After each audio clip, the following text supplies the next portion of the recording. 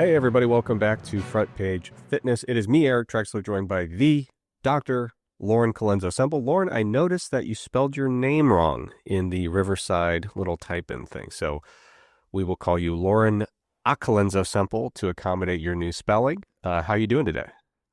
Huh. Well, I'm annoyed because I've had spotty Wi-Fi for 10 days now, and I've had four technicians come to my house. They have not fixed it.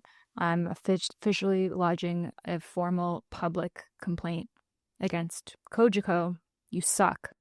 And I will guess that you have virtually no choice in who your provider is. This is just who you get for the rest of your life until you leave. And therefore, they have very little incentive to expedite any customer service related complaint. Yeah, at a place I used to live, I had an issue where it was like repeatedly, I could not get Wi-Fi, and I was self-employed working from home on the internet, so that was not suitable for my interests and my needs.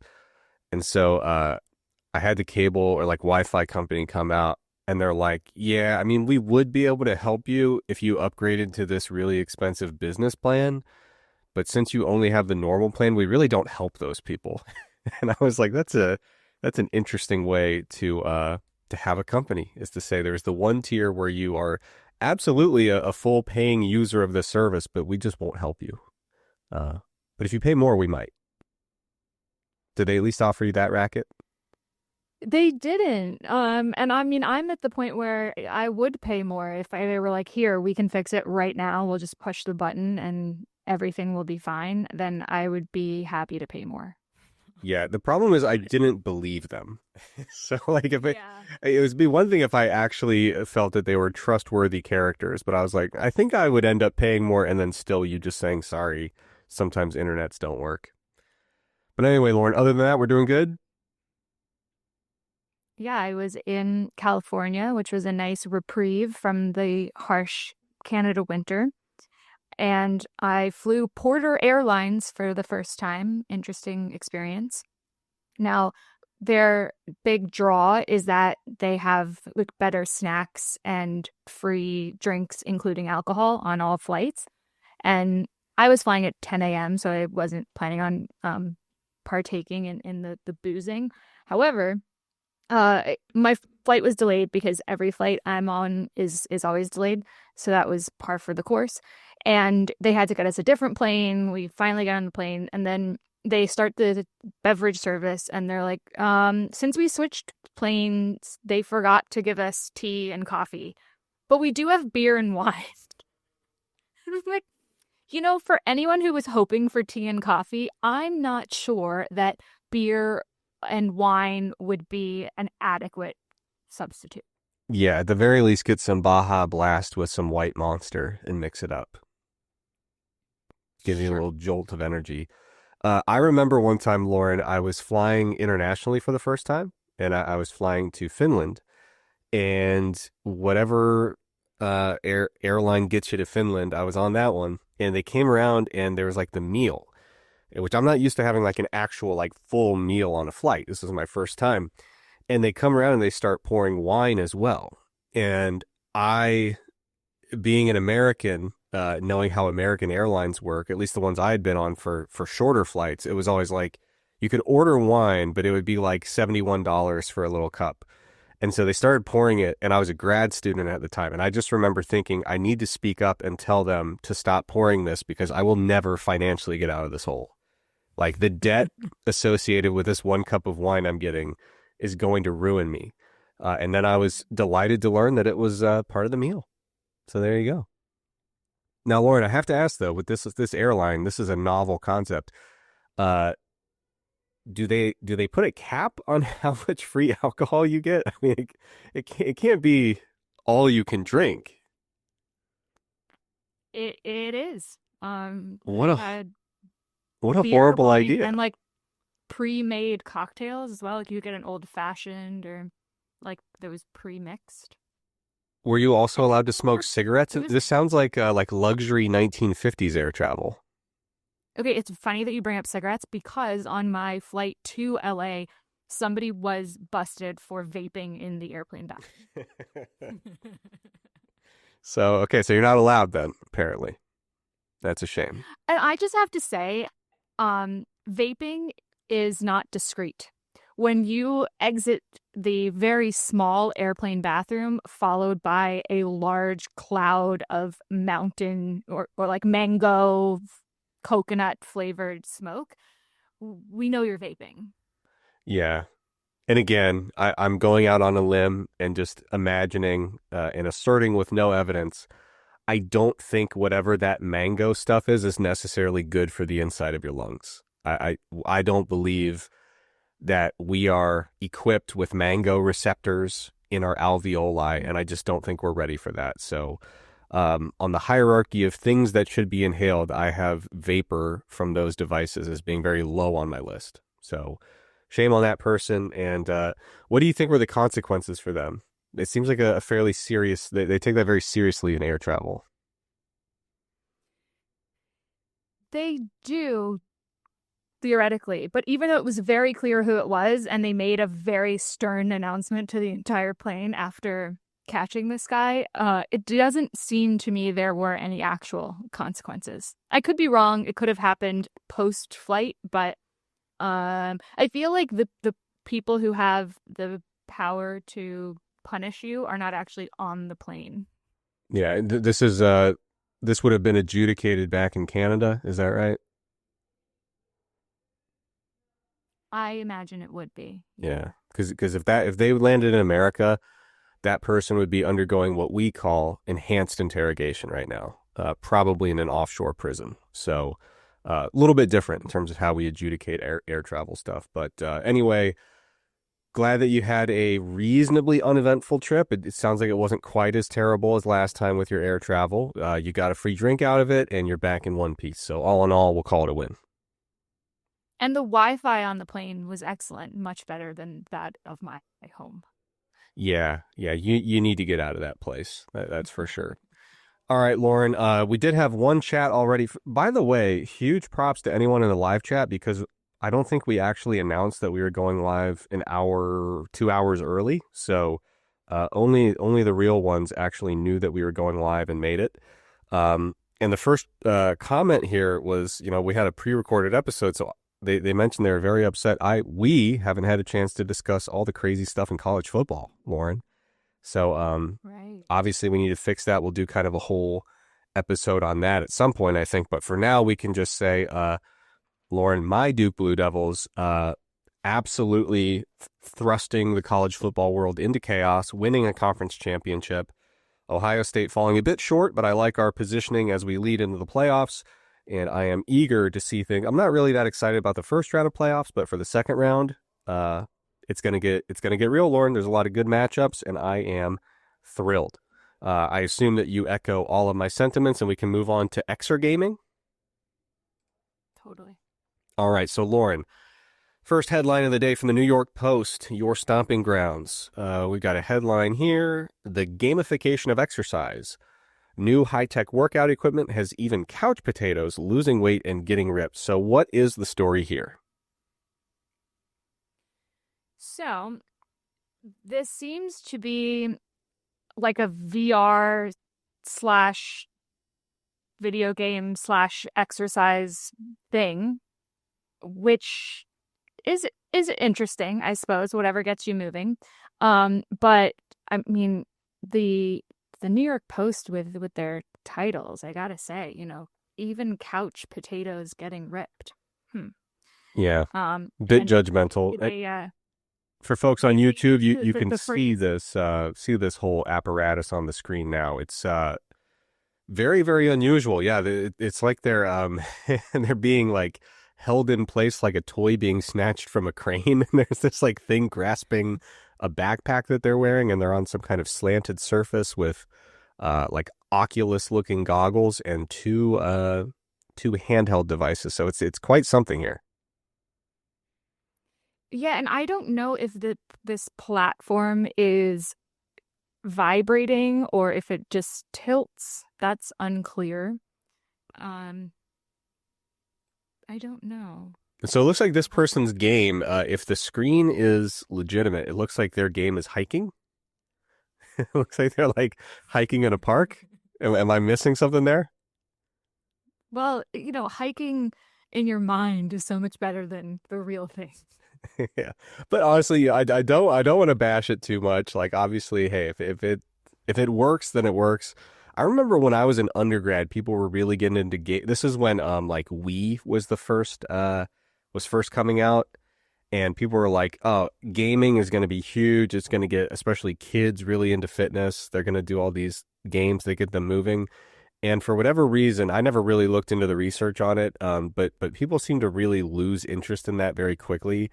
If I had to guess, I would imagine that the cardiovascular effects were not nearly as substantial as they had hoped, given that the overall amount of movement is not particularly great. I mean, you could certainly make the case that at the bare minimum it breaks up sedentary time. But in terms of actually like giving you a robust dose of cardiovascular activity, there's just not a ton happening in terms of just kind of stationary, non-resisted movement.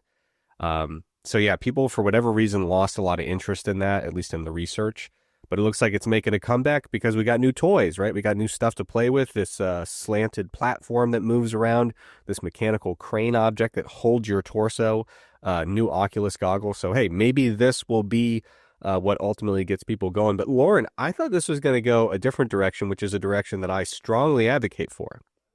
So when I do my walking for the day, and this was particularly clutch when I couldn't lift or do anything else. I couldn't even jog because of surgery stuff.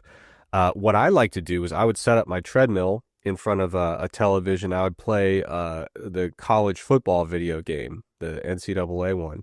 And so for me, I noticed, I mean, obviously I love college football, so it kept me very engaged. Like if I just like am walking on a treadmill listening to a podcast or watching the news or something like that, from the moment I'm on it, my first thought is, I wonder how much longer I have to be on this thing. Right? Like I need something to truly capture my attention. Uh, Mhm. and what I found was that if I just hop on the treadmill and like play, like right now, I mean, the only game I play is that college football one. But like, if I'm dialing up a big 3rd and 2 late in the fourth quarter up by 3, I need to get those two. Like I'm really invested in this thing mentally, and it really makes the exercise fly by. And I even once I was cleared to jog, I even started experimenting with like I would walk when I was controlling the offense and jog when I was on defense because it didn't require the same level of real hands-on dexterity. But folks out there, if you're like me and cardio, you know it's good for you, but you also dread doing it. Get creative. You might find a way to set up a little station like that, and you don't have to wear this mechanical claw thing that grabs your torso, and you may just find that it makes your cardio a little bit tolerable. Lauren, do you have Your any? suggestion is also the more affordable option because this contraption will run you $3,500. Yeah, yeah, that's So there's something. that. Um, Yeah, so mine is definitely more affordable than that. Lauren, do you have any like little tricks that you do to either get yourself to do more cardio or to make it feel a little bit less tedious as you're doing it? Yeah, I do the New York Times games, including the crossword and the spelling bee. Really, like walking on a treadmill doing the games? Yeah. Interesting. I like it. But yeah, it seems like the common denominator is it's got to be something that actually draws your attention in. You know what I mean? Like really pulls you in. Yeah, my mom runs on a treadmill and reads the newspaper, which is one of the weirder things I've ever seen anybody do because she runs at like a decent speed. So that's not something that I ever got into, but to each their own. Yeah, so is she actually like holding it in her two hands or does she like place it over top of the treadmill thing? She puts it on the, Okay. but like, how do you keep your It'd be even more from funny if she had the flying? because they're so big and unwieldy. If she's actually holding it up, oh man, that'd be great. Good for her Not though. ideal for your running mechanic. Good for her. So are we ready to move on? Yeah, Extra gaming's over. sure. Oh, by the way, on the topic of gaming, I don't know why this jumped into my like feed on Instagram. I don't understand it. But I saw a trailer for a video game, the type that I don't play, where there's actually like a very deep and rich storyline and things like that. It was the most ghastly thing I've ever seen in my life. It was truly horrific. Like the gore, it was an official trailer for a new game that's coming out. It was the most gory thing I've ever seen in my entire life. And I was just like, oh my God, what is happening out there? So, if you're going to be looking for a game while you're doing your cardio, I would urge you to lean more toward the athletics, play a little football game, a basketball game, maybe not. It was literally like a person being like burned alive, which was not relevant to my interest whatsoever. So, if you've got kids out there playing video games, maybe take a look at what's going on there. It was absolutely ghastly. But anyway, Lauren, let's move on to lighter topics. We've got pizza. Who doesn't like pizza? So, your contention here, or at least the headline, is Costco pizza is a better protein source than protein bars. So, Lauren, what was the specifics of that in terms of her claim there? So it says, She says a slice of Costco cheese pizza has 44 grams of protein. So the calorie ratio is 16 to 1. And that's a better calorie protein ratio than, and she lists off many protein bars. hmm, 710 calories with 44 grams of protein. That seems, I think my protein bars that I eat are like 200 calories to over 20 grams of protein. It's like, I believe around that ratio. So Yeah. I'm also, Lauren, have we put our top scientists on this claim that there's 44 grams of protein in one of these slices of pizza?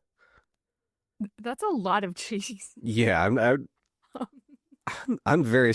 I would need to get out the old pen and paper to actually calculate this, but I must admit I'm a bit skeptical about some of these numbers.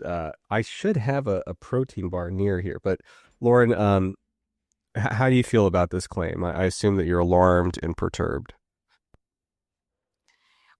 I mean, this is just such a weird claim to make because, yeah, okay, if it's true, let's say it's true. There are 44 grams of protein in this cheese pizza, slice of cheese pizza. If true, then okay, that is a good serving of protein, but you're also eating a 700 calorie slice of pizza, and so most people they are not only trying to get a good protein source and an sufficient serving, but also keep that in the context of overall caloric consumption.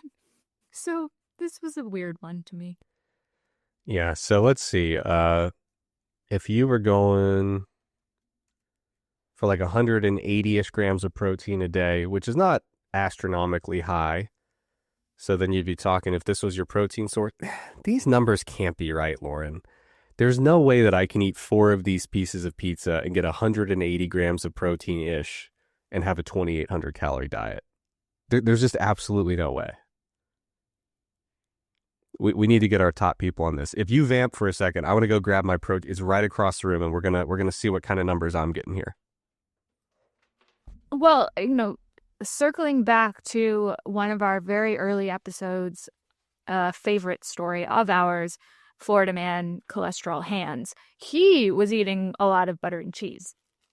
But he was also eating a lot of ground beef. So this wasn't an exclusively dairy based protein diet in Florida man cholesterol hands.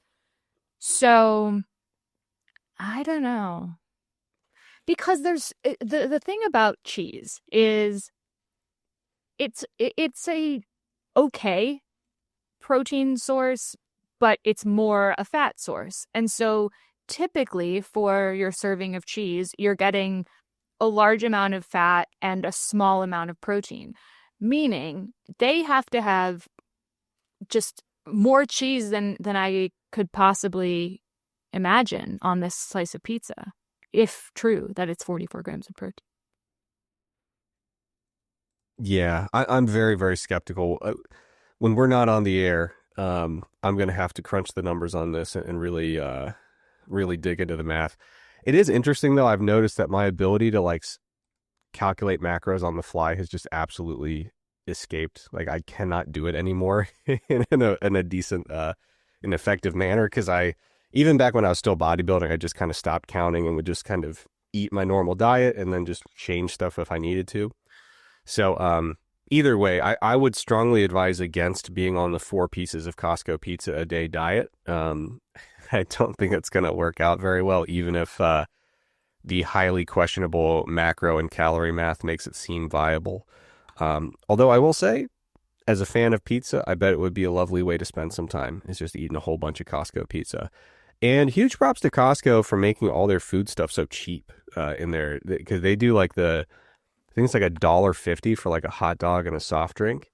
So I'm sure that the pizza's reasonable as well. So I'm not going to hate on Costco. It's where I get almost everything, but very, very skeptical about some of this math.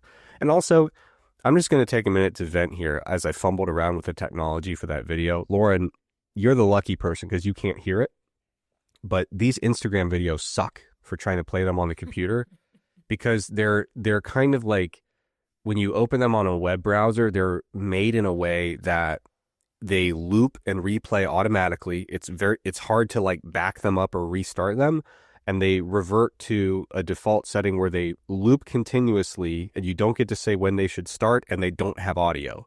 So you bring it on, it starts playing, but it's muted and you miss important words, and then you unmute it, but now you're in the middle of the sentence and you try to restart it. There's no easy way to do it. You hit refresh.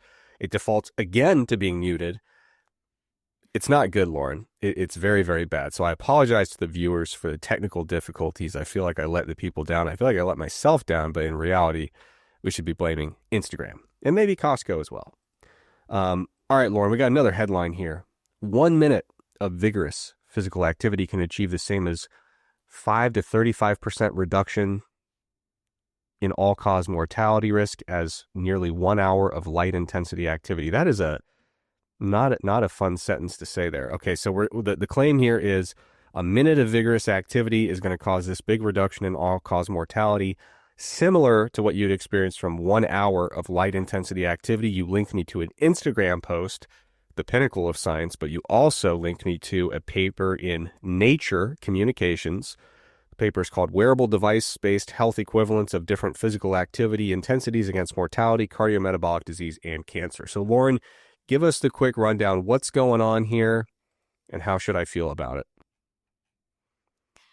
So this is getting a lot of traction online. I think there's a trend to kind of dismiss lower or moderate intensity exercise. And I think some of that is we know that there are unique adaptations to higher intensity exercise. We're not denying that.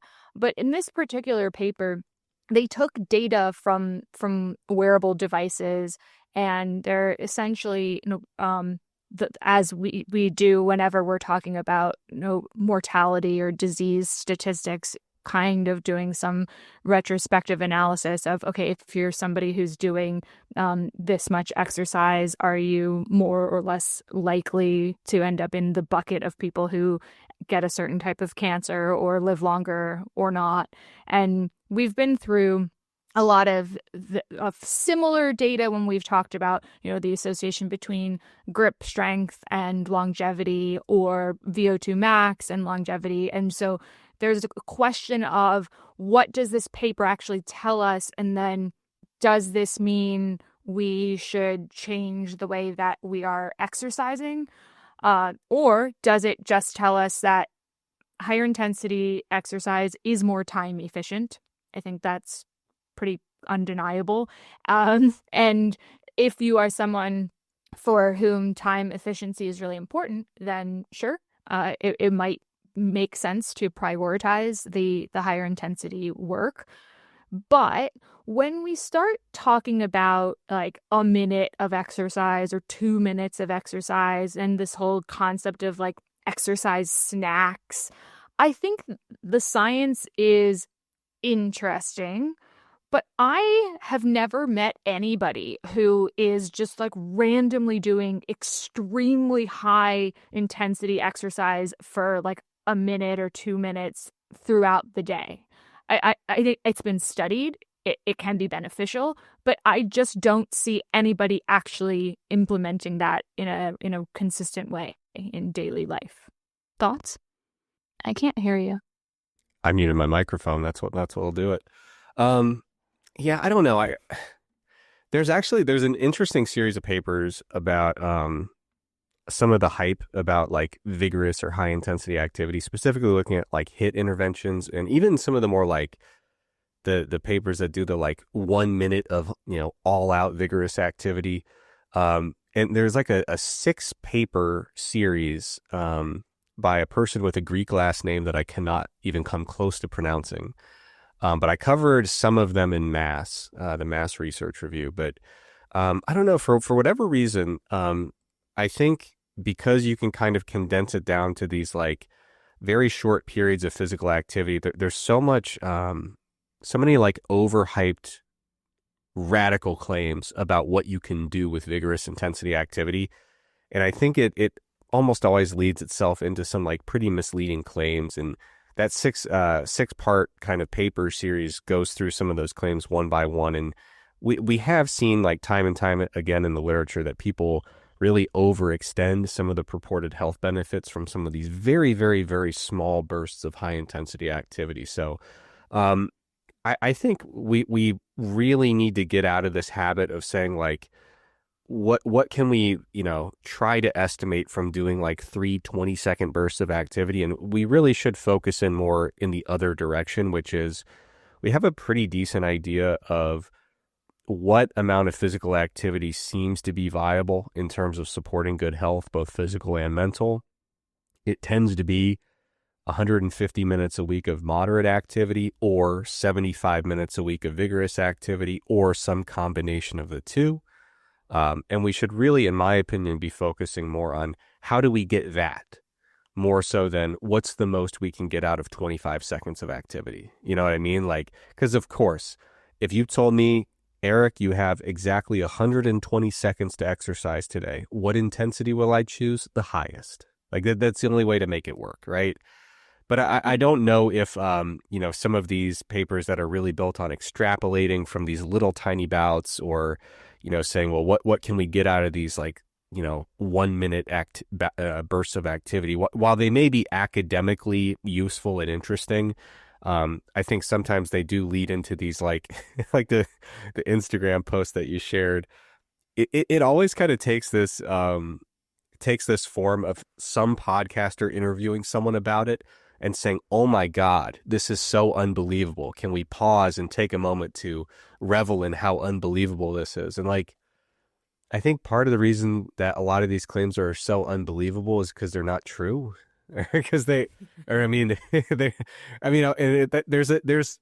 I don't know, true is a relative term. There are ways to kind of make these really outrageous extrapolations that are technically compatible with like a little snippet of data, but ultimately aren't really telling you the whole story of like the cumulative impact of doing this as an intervention. And so, yeah, it kind of annoys me. Like when you're a podcaster and your jaw hits the floor and you say, I literally can't believe what I'm hearing. Let's all take a moment to appreciate how insane and unbelievable that is. It's probably when you want to start exercising some skepticism more so than saying, oh my God, I can't believe that 3 days a week I find these little snippets that are absolutely positively unbelievable. It's like, maybe it's because like they're just not really that like robust. You know what I mean? Yeah, I also think if we're just thinking about what it takes to really perform high intensity activity and really get there, you probably want maybe a little bit of a warm up. I don't know, just throwing it out there, right? Before we go from like I'm sitting in this chair to I'm sprinting up the stairs or whatever I'm doing for this extremely high intensity exercise bout. And just like physically and psychologically, there's a mismatch there. Even if it could be done I think if I'm going from sitting to, a perceived 10 out of 10, I'm not going to get to that true 10 out of 10. And even in some of these studies, and this is true for all exercise studies, but you are surrounded by in an intervention, you're surrounded by a team of people who are like yelling at you and cheering you on and making you get that extra rep, and it's very motivating.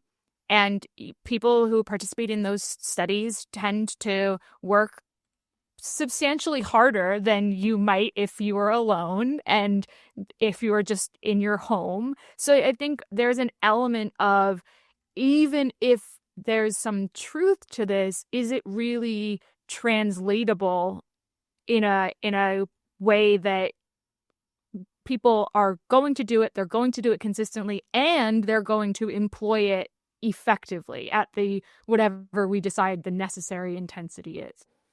Yeah, I've been, you made me think of something. So I've been uh, searching my email, trying to find this thing. I'm not sure if I'll find it in time, but it reminded me that I was helping somebody with interpreting some research about exercise snacks.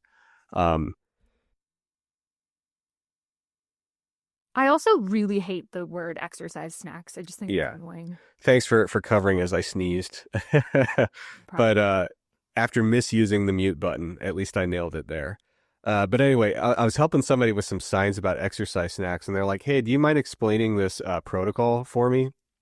And so I looked into it, and it was like, "Yeah, this is one of those papers." I was like, "Oh my God, you're never going to believe what you can accomplish in 60 seconds of exercise." And I looked at it, and there was like a 10-minute warm up.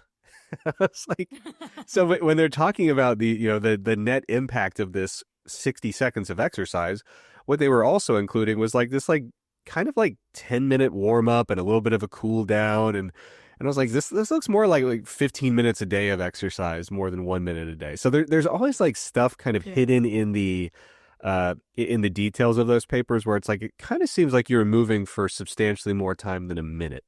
But then you like, they kind of go away with it, and you find like the headline says 1 minute of exercise a day, but then you look into it, it was a 10 or 15-minute warm up, and the 1 minute of exercise was actually three 20-second bouts, and there was low activity between the 20-second all out bouts.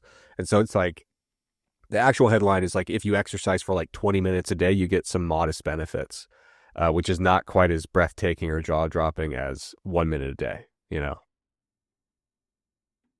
Yeah, and I just think for most people, if you're actually going to go from, all right, we're not really exercising to, okay, we're starting and sticking to an exercise program, I'm going to take every opportunity I have to encourage that person to do more overall movement, not even structured exercise, and just in, like park further away from the store, and then you're walking in through the parking lot, and then you do that every time you go to the store, and those things start to add up. Or when you are on the phone, or listening to a podcast, can you go for a walk? And just things that I think are much more achievable if you are literally somebody who, because that's who this type of exercise is being marketed to, right? It's somebody who is like, I don't have time to exercise, I'm not exercising, I never go to the gym, I'm not going to stick to this program.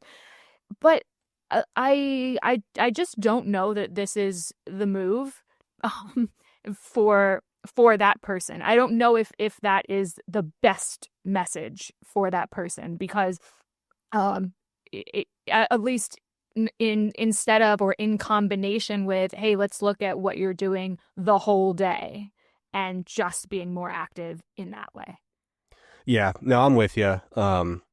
It's nice to be able to tell people, hey, small things can have big effects if you're consistent with them. So that's the nice thing about these kind of papers, is that it makes it seem very feasible. Everyone can spare 1 minute a day, for example.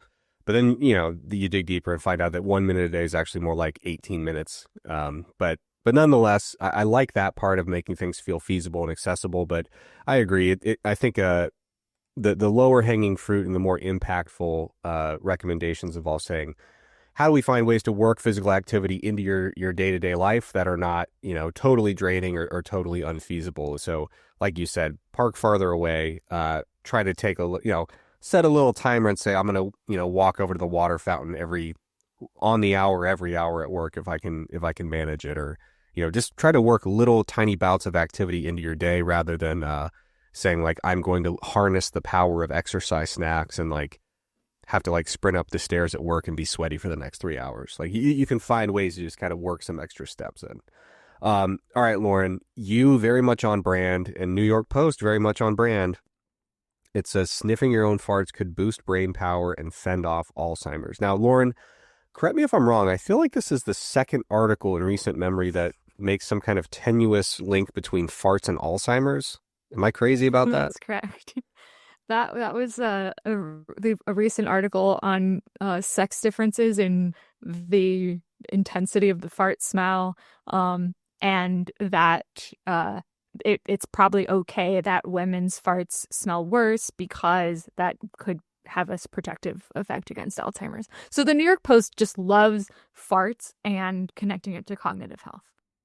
Yeah. And so I guess here we've got, let me guess, probably like a rodent study. And they probably exposed them to some chemical that is present in farts, but not the totality of a fart in ridiculous doses. And then it was probably a rodent model that was bred to have Alzheimer's, and maybe symptoms went down. Am I getting close? You are very on the money. Okay. Um, Direct quote, for the trailblazing investigation, researchers used genetically modified mice that mimic human Alzheimer's disease. Okay. It says Trailblazing. Yeah, and it says they injected the mice with a hydrogen sulfide carrying compound called NAGYY, which slowly releases the gas molecules throughout the body. So, go on. So where it gets to, and therefore you should smell your own farts, they kind of lose me from like I'm with them, right? So the rodents who received the hydrogen sulfide treatment were more physically active and displayed better memory. So they believe that the behavioral outcomes of Alzheimer's could be reversed by introducing hydrogen sulfide. That's a really bold claim, but all right, let's go with it. Why are we smelling it? Well, yeah, I was How gonna is that say, the equivalent of being injected with it? yeah, Even if we put aside the fact that, they're genetically modified mice. yeah, I would say what we would really conclude here is, first of all, if you have set up a chemistry lab in your home where you are extracting certain compounds from your farts, don't do that. Okay. There could be dangerous reactions happening. I don't know. It seems like a bad way to spend your money setting up this whole laboratory in your home. So first of all, don't do that. Second of all, if you have done that, okay, the money's spent. It's going to be hard to resell all that equipment and get your money back. Do not extract hydrogen sulfide and inject it into your body, because I feel like that's something you'd really need medical supervision before you start injecting random things into your veins. I assume this is an intravenous injection, if I had to guess.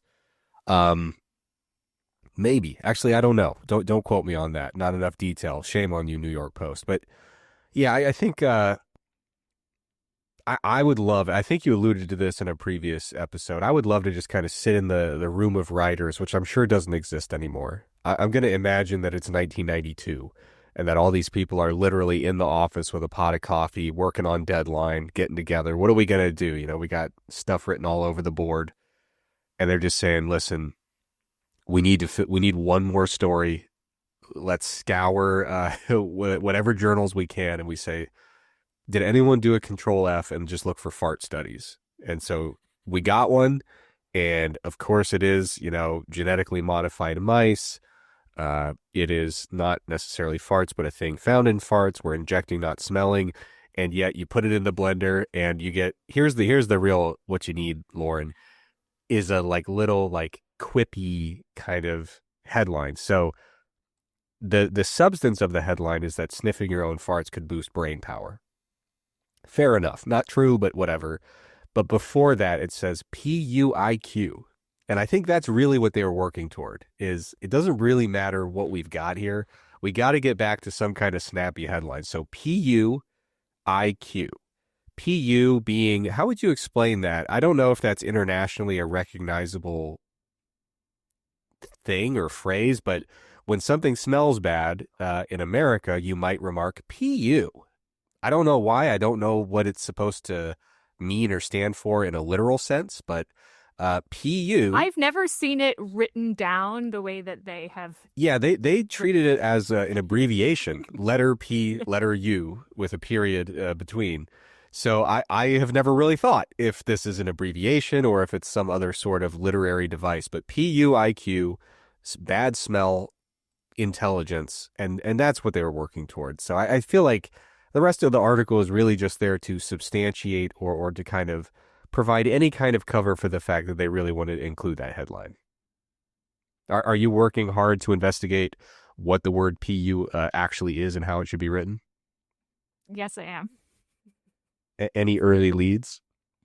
According to AI, which obviously knows everything, you can spell it as they did, or PEE dash EW, like PU, and it stems from Old English, the word pew for disgust, and also Latin Indo-European words for stink and rot,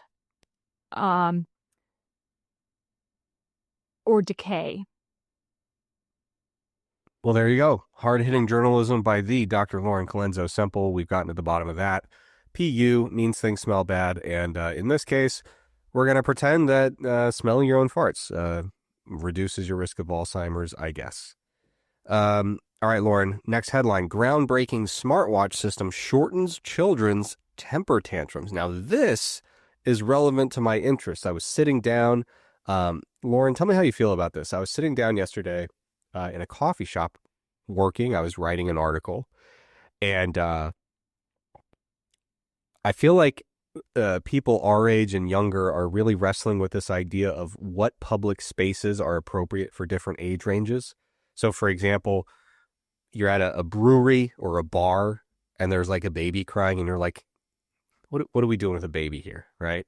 And some breweries, they say, "Hey, we want it to be child friendly. It's part of the deal." Some they say, "No kids allowed."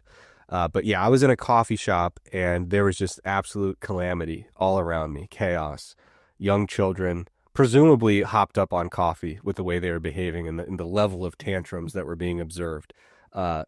Not taking a jab at the parents, although I am a cat dad, so I feel like I know most of the challenges that go into parenting, and I've handled them very gracefully on my end. It seems kind of easy to me. I don't want to take any jabs at human parents because I'm open to the possibility that it's slightly harder to manage a human child rather than two cats. But anyway, this is fresh on my mind because I experienced many temper tantrums, and I must admit that at a certain point I was like, do we really need the kid at a coffee shop for 3 hours on a Sunday? Like, it might be time to, take him for a walk around the block or something. So what did we find here? Does the smartwatch system actually work? And should I be bringing it to the brewery or the coffee shop when I'm trying to write a paper? So this caught my eye because either last episode or the episode before, we were talking about wearables and our general opinion on the Aura Ring and the Whoop and heart rate monitors, and what should we be using these tools for, if anything. And this takes it to a whole other level because children aged 3 to 7 wore a smartwatch for 16 weeks. And the watch could detect the child's physiological stress signals, like increased heart rate or changes in movement. And the algorithm that they have built sends signals to an AI-enabled app on the parent's phone, alerting them to connect with their child. So it's like a tantrum warning system based on these physiological signals sent to the smartwatch, which then texts the parent like, "Hey, go check on your kid." So And basically, I just have to say, like, what is happening? so tell me if I'm off base here. It sounds like this is doing physiological tracking so that it basically texts your parents, like it texts the parents, warning them rage is building inside your child, and they have not yet erupted, but they will soon if you do not act quickly. That's pretty much what's happening. Yes. Honestly, I like it. Um, Again, raising a cat is very much the same thing as raising a child, except for reasons that I've been fighting at city council. You don't get the same tax benefits of raising cats, which is Mm. kind of insane. So I've been working at the city level, but of course I'll be working up toward the state and local or and federal level because that's where the real tax hits are coming. So I'm trying to advocate for that. But in any case, if I had any indication that my crazy little cats were about to go ballistic, I would want that information ahead of time. I feel like I could, if nothing else, offer some sort of tuna or salmon offering such that they would calm down a little bit. But what do they give any recommendations for what a parent ought to do, knowing that their child is on the verge of erupting into chaos and tantrum? Yes, you're supposed to step in with supportive actions, offering reassurance Okay, so try to and go in, redirecting attention before the tantrum intensifies. distract them, confuse them, give them an iPad, give them some And for some reason, like we're we're pretending it's not weird that 3-year-olds are wearing smartwatches, but I like to lean into this concept of treating this kid like it's just an adult, right? So we got this 3-year-old wearing a smartwatch. You're the parent. You get this alert. Your child's about to go ballistic, and you just text them, "Hey, you good?" And then they just text back on the smartwatch like, "Yeah, no, I'm just stressed." Like, okay, just chill out, man. You got this. And then that's it. yeah, I mean, maybe we can make this like fully tech based, so there actually is no in-person interaction required, and so like parent gets the alert to the app and then sends the child a soothing emoji. Yeah, that'd be nice. Yeah, I think ultimately what would be ideal is if we found a way to kind of really put up that barrier where it's just like if I'm the parent, I don't really have to be there at all, right? Like the digital tools will tell me when there's a problem. The digital tools will solve that problem without me being necessarily needed. Um, and at that point, you don't even really need a babysitter anymore, right? You just have some cameras to make You sure the got the scene is safe. watch. The watch is there to let you know if there's a problem. If they're going ballistic, maybe you say, "Oh my God, I just checked my child feeding app. I haven't fed this kid in 36 hours." And so then you hit a button and then the food gets released from like the timer, the little time machine. So, Or through the watch, like directly into the bloodstream. Nutrients are delivered. yeah, yeah, a little amino acid and fatty acid, you know, mixture. No, I like this. So yeah, a lot of good things on the horizon for parents. And if we work hard enough, the technology will really solve all this stuff. I think. Lord knows how we raised children before it, but I as snarky as I'm being, I actually I couldn't see like putting this watch on a kid, but the idea of actually using this information to be like, hey, you better like do something because this kid's about to go nuts. I feel like that's useful information. I, You seem more I skeptical. don't know. I just think, um, I don't like it. When's the last So, time you were present for a full blown child meltdown though? there were some meltdowns on the plane. It Mm, was a child heavy flight. yeah. No, that's always like every now and then you're having a lovely day, you're boarding your flight, looking forward to your trip, you sit down and you do the quick little inventory. How many babies and toddlers are in my immediate proximity? And you start doing the math and you go, oh boy, this is just statistically, we have no chance, you know?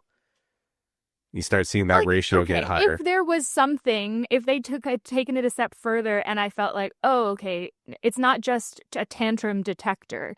It there's going to be, for some reason, this tech is helping solve the problem, address the situation in a productive way. I don't think technology can do that. So there's that. But otherwise, you're just getting alerted to the fact that in the next hour your kid may have a meltdown. Like, that's more stressful than not knowing. No, yeah, no, it's basically like, hey, your life's gonna get very stressful in 10 minutes, just so you know. It's like, oh, great, appreciate it, but it's still gonna be every bit as stressful. Oh man, yeah, that's tough. That's tough. Like, All right. just tantrum awareness. It's like it's not actually yeah, no. So Yeah, it's worse because the anticipation is now extending the the stress of the whole event. that is true. Yeah, you'd rather just let it sneak up on you and just take the chaos as it comes. All right, Lauren, we need to catch up. We've had a lot of great interaction from our beloved viewers who really make the show what it is. So we had a message that came in from Justine. She said she was listening to a recent episode. She's been listening for a long time here, as long as the show has existed. So she's wondering if I knew about the Fresh Pressed Olive Oil Club, which is apparently based out in North Carolina, my stomping grounds. So every 4 months, they apparently send you 3 different kinds of olive oils from around the world, one for cooking, a couple different flavors, and they even give you pointers on how to properly take a shot of the oils and taste them. Said they would bring that up since apparently olive oil, as we know from a recent episode, is the next Ozempic. So I have never heard of it. Glad to hear that people are getting their samplings of olive oils from around the world. I don't know if I'm into olive oil enough to join a club and get kind of a steady rotation. But I do appreciate when people have niche interests and enjoy the finer things. So for folks who are very into the finer points of a good olive oil, it sounds like this is out there for you. And folks, if that is in line with your interest, then please avail yourself to that opportunity. Lauren, would you join the olive oil club? Well, when we talked about taking shots of olive oil for like health or weight loss or whatever that was, I think weight loss. You were saying that you wanted to get back into the olive oil game, so this is your answer. Yeah, no, that's true. That's true. I did imply a level of interest, but I think my level of interest is Justine just took it a step too far. I think it's my level of interest exists in that small space between literally never eating it anymore and joining a club with a quarterly rotation of exotic olive oils. So somewhere between those two things is where I am. But I do appreciate the information because there are a lot of cool products like that are like subscription based products where people send you really cool stuff. So like I've known people who do that with beers. I've known people who do that with different types of coffee. The coffee, I might actually be close enough to actually consider doing something like that. But olive oil, I think I'm not quite there yet. Uh, All right. Speaking of food, Rob says that San Francisco has sued the nation's top food manufacturers over ultra processed foods. So apparently, this links to NPR. Did you look into this at all? It looks like they named 10 companies in the lawsuit, the makers of popular foods such as Oreo cookies, Sour Patch Kids, Kit Kats, Cheerios, and Lunchables. The lawsuit argues that ultra-processed foods are linked to diseases such as type 2 diabetes, fatty liver disease, and cancer. In a news release, the lawyer said they took food and made it unrecognizable and harmful to the human body. These companies engineered a public health crisis. They profited handsomely, and now they need to take responsibility for the harm they've caused. Lauren, what are your feelings about this? I don't know that the lawsuit does anything other than it just being kind of performative. Because Have you consulted with any attorneys about the veracity of the case?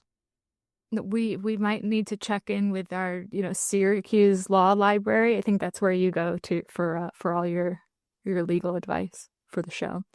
Yeah. Well, I mean, I think that this is true.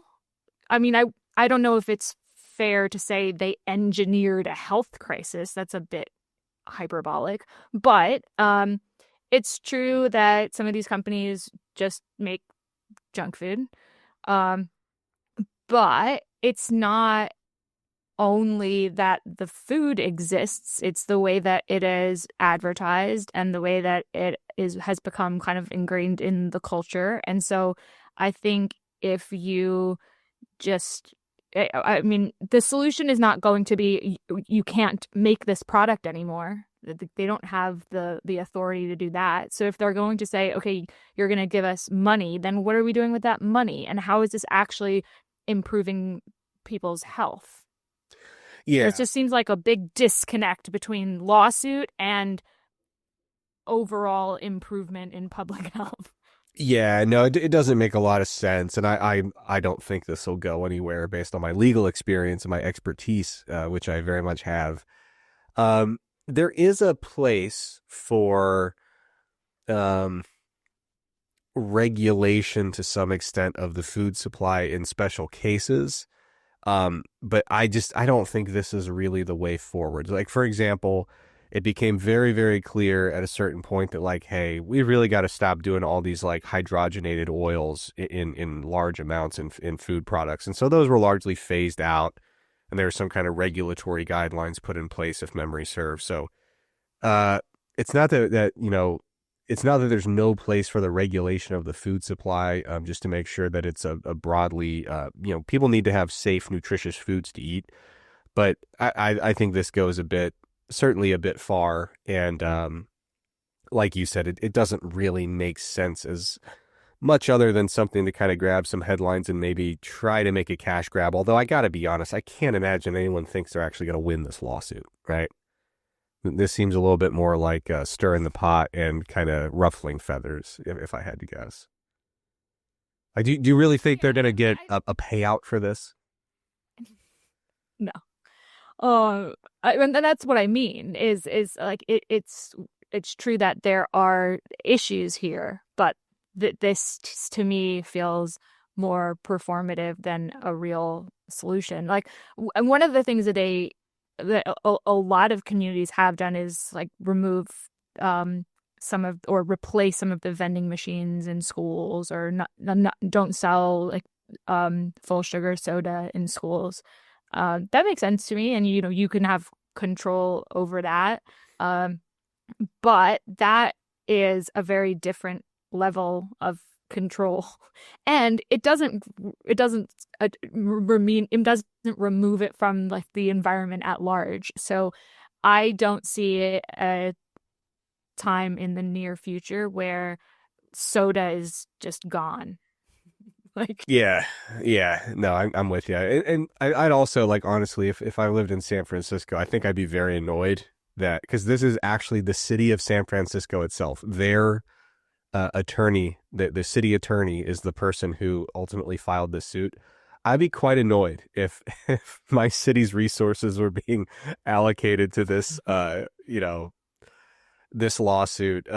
Yeah, so like if you're a city and you want to make a dent, like I think the best thing you could do is say, well, to what powers do we have at the city level as a municipality, and might we decide that we're going to make some changes that serve as a positive example for what can be done to improve the health of a city. So maybe you do decide to make some structural changes at the city level and say, maybe in our city parks, we're going to offer different types of snacks and things and like the vending machines and things like that. Maybe all of our public schools within the city are going to have different lunch menus. There are some places where a city government could actually try to kind of move things in the right direction and publicize the success, the fruits of their labor, so to speak.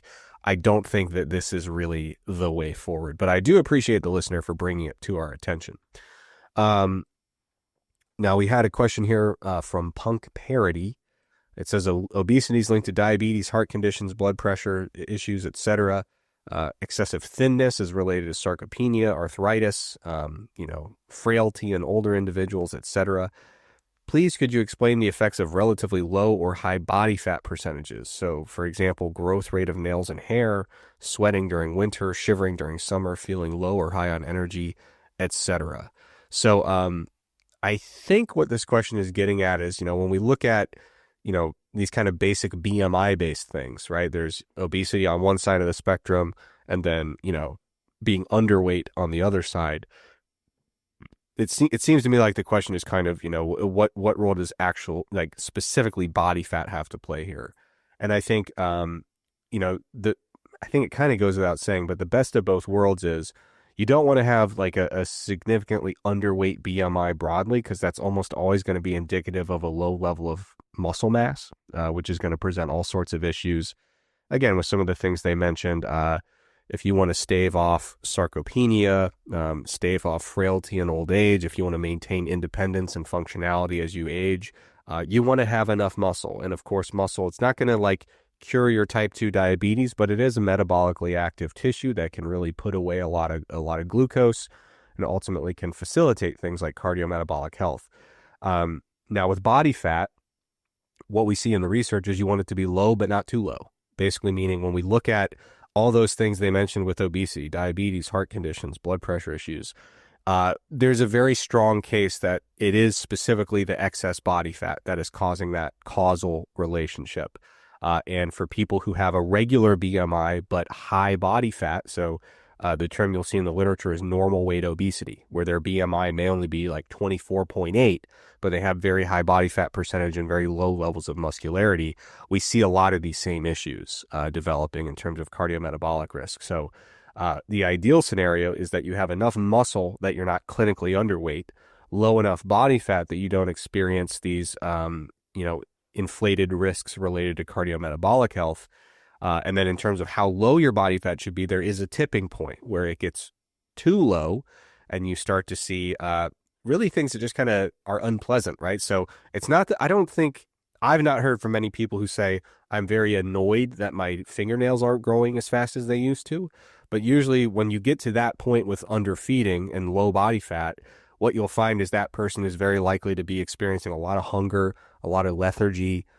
They may have different hormonal, they might be low in thyroid hormone, so they're feeling cold all the time. So it's not that people are necessarily like really all that worried broadly about the rate of hair growth or rate of nail growth, but without question, they mentioned these things like, you know, shivering during the summer. Usually that's because body fat's really low, thyroid hormone is very low, and it's just really, really hard to feel like you're like, I remember, Lauren, when I was competing in bodybuilding and I was in shape for a show, I would walk to work in North Carolina in July in like the heat of the day sometimes, and I would be wearing two pairs of sweatpants and two sweatshirts because I was freezing all day long and it was 94 degrees and humid. So like this weird stuff can definitely happen when your body fat gets too low. So ultimately, at the end of the day, you want to have enough muscle to facilitate, that kind of basic strength that protects your independence and keeps you healthy. Body fat, not too low, not too high. Lauren, do you feel like I addressed that question adequately? Yeah, I think so. I mean, I think it's also just important to point out that there exists a sort of spectrum of what is normal and comfortable, and that isn't the same for everybody. And so there is not like this one ideal body fat percentage that everyone should be striving for. There are going to be differences between individuals. And even if you're somebody who's spent some time, as you have, Eric, like at a lower and higher body fat percentages and somewhere in between, a point where you got to where you it's really disruptive to your life. It's really uncomfortable to stay super lean. And then Yeah. maybe on the other side, but like in between those parameters that you addressed, there is a kind of range where you can be very healthy, and it's not like we really need to drill down to a very, very specific number here that would be ideal for most people. Yeah. I mean, I know for me, being in that range of like 12 to 16 body fat was kind of the sweet spot where I felt really good, felt in a really good spot. My health metrics were in a great spot, but I wasn't lethargic and hungry and cold and things like that. So for me, 12 to 16% was a great range. Again, having been way higher and way lower. And then the kind of female equivalent of that would be, you add about 8 to 10 percentage points on top of that. So, you're talking maybe, instead of the low range being at 12, maybe the low range is at 20-ish, give or take. So, 20 to 26, 28%, something like that. So, but yeah, like you said, there's no like perfect range. And at the end of the day, when you break down the literature, like there will be some papers that say like we have this linear relationship between metabolic syndrome risk and BMI, and it goes all the way down incrementally to 19, right? Indicating that a BMI of 21 is worse than a BMI of 20. But when you zoom out a little bit and you look at like the real substantive changes in risk rather than like little tiny granular changes, it's pretty clear. If you're, in the kind of class 3 obesity category, it's great to get down to class 2, even better to get down to class 1, even better to get down to overweight, even better to get down to the kind of, I forget the term they use for it these days, but the level below overweight in the BMI categories. Sometimes they call it normal. Sometimes they call it trying not healthy. to use the word normal. Well, first of all, it's not normal. It's not. It just isn't. Like I have trouble with the terminology. First of all, because they use it differently in different places, and then also because the most common one's just not true. Like, I mean, if normal is similar to average, then it's no longer normal. It is lower than normal, but it is the BMI that seems to be most compatible with good cardiometabolic health. So yeah, focus on the big picture. If you can move categories, great. But yeah, you certainly don't want to go below that quote unquote normal category. And even toward the lower ranges of it, especially if you have a decent amount of muscle, you may find that you're a little too lean and you might feel a little better with a little weight gain. All right, Lauren. Anything else from here that you want to get to? Any other review? There's a lot of feedback here. So we have a bunch, so I think we can probably save for next week. As always, thank you for your emails. And if you'd like to send us a note, it's frontpagefitnesspodcast@gmail.com. Absolutely. And Lauren, to end the show, hand up. I want to make it known to the good people. Just me with the hand up. You don't have to. Oh, we're not doing like a we were taking an oath. I'm hand up. My bad. I think this was one of my more discombobulated shows that I've done in my long and illustrious history of podcasting. From the rampant sneezing to the needing to get up and go find a protein bar to the numerous technical difficulties. I want to tell the Front Page Fitness audience, I acknowledge my misdeeds. I acknowledge my poor behavior. I know that Lauren's microphone was a little quieter than mine. These are all known factors that will improve in the future. You have my word that I accept responsibility and I am committed to improvement for the good of the Front Page Fitness audience. How does that sound, Lauren? Anything else I need to throw in the acknowledgement and apology? We accept your apology. I'm also wondering if you are recording this on Riverside, because it usually shows a timer countdown and it's not.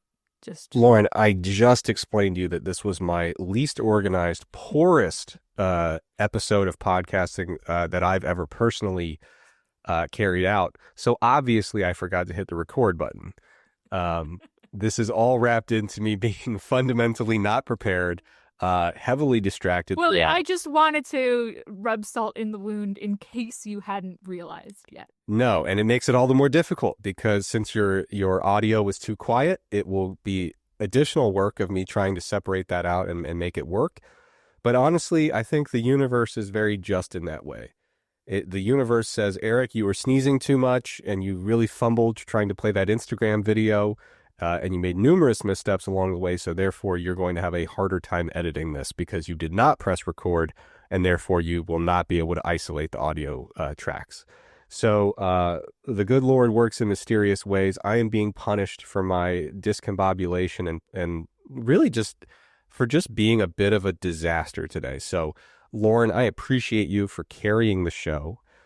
You're going to have a sore back from carrying me on it throughout this episode, but I appreciate your efforts as always. And folks, we so greatly appreciate you for tuning into Front Page Fitness. If you have not been so severely disappointed by my performance and you are open to coming back for another episode, we will do one in a week. So I hope to see all of you back in 7 days. Everyone take care and have a great week.